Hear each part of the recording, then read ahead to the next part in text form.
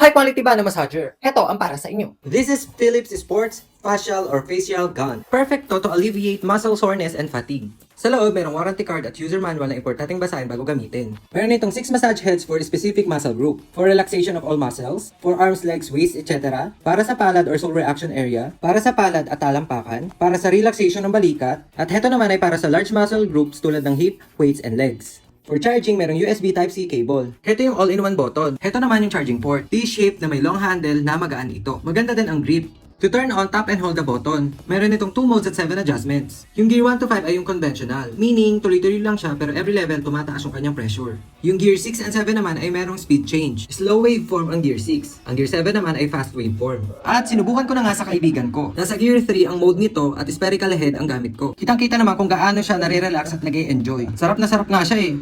Ang isang full charge ay maaari mo magamit ng 120 minutes.